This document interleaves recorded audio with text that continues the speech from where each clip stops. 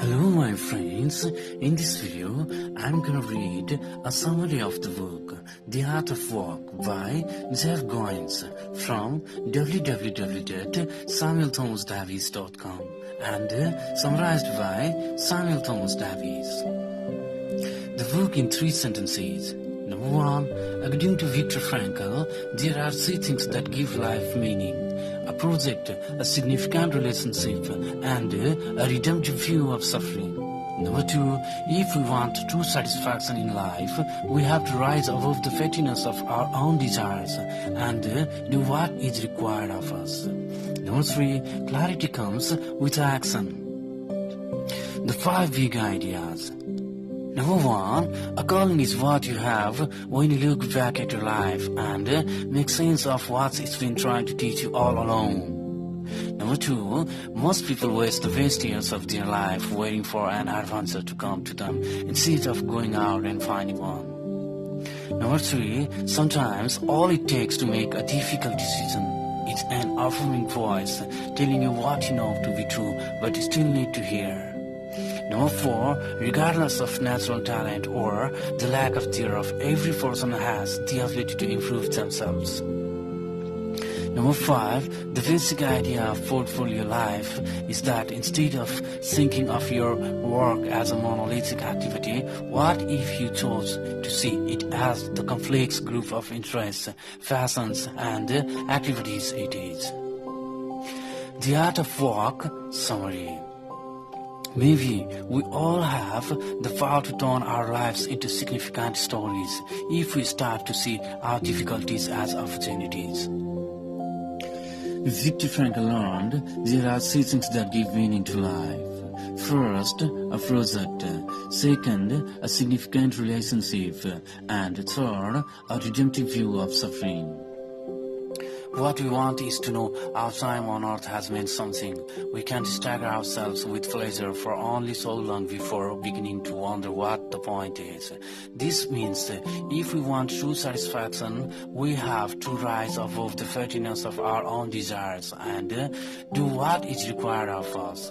A calling comes when we embrace the pain, not avoid it. In any great narrative, there is a moment when a character must decide to become more than a bystander. Most people waste the best years of their life waiting for an adventure to come to them instead of going out and finding one. And they learned, as you might, an important lesson: clarity comes with action. A calling is what you have when you look back at your life and make sense of what it's been trying to teach you all along. But a vocation is not like that. It's not something you try. It's someone you become. Every single thing that has ever happened in your life is preparing you for a moment that is yet to come. Sometimes all it takes to make a difficult decision is an affirming voice telling you what you know to be true but still need to hear. The worst way to get a mentor is to go find one. The best way is to see the one that's already there. Regardless of natural talent or the lack of thereof, every person has the ability to improve themselves. Any great discovery, especially that of your life's work, is never a single moment. In fact, epiphany is an evolutionary process. It happens in stages. First, you hear the call. It may sound different to each person, but it comes to us all. Humility is a prerequisite for epiphany. Second, you respond. Mere words will not suffice. You must act. Third, you begin to believe. The path to your dream is more about following a direction than arriving at a destination. Every calling is marked by a sense of insignificance, a period when nothing seems to make sense. This is a time of wandering in the wilderness, when you feel alone and misunderstood. To the outsider, such a time looks like failure, as if you are grasping at air or simply wasting time. But the reality is, this is the most important experience a person can have if they make the most of it.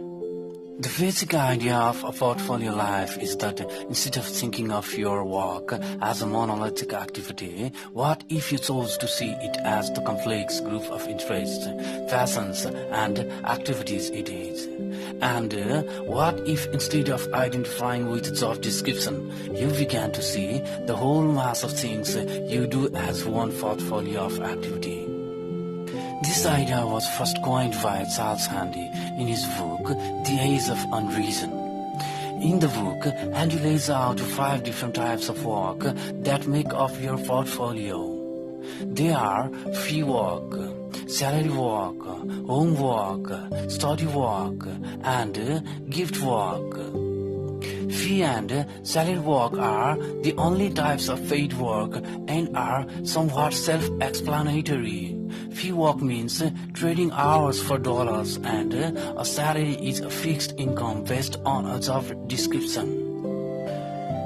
Home work is work that you do at home, like mowing the lawn or spending time with your family. Study work is any intentional education that contributes to any work you do in the future, like reading a book or taking a vocational class. And gift work is any volunteer experience you might do, including giving your time to a local homeless shelter or even taking someone out to lunch to give them helpful career advice.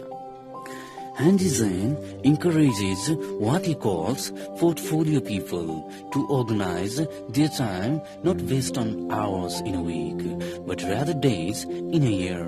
For example, if you need to make $50,000 per year and can figure out a way to make $250 a day, then you only need to work 200 days a year. The remaining 165 days can be spent on the rest of your portfolio. Life is not a support system for your work. Your work is a support system for your life. You may follow the link in the description below to visit the website. And if this video has helped you in any part of your life, please do like and share the video. Like, share and subscribe the channel pressing the bell icon and invite others as well. Thank you so much.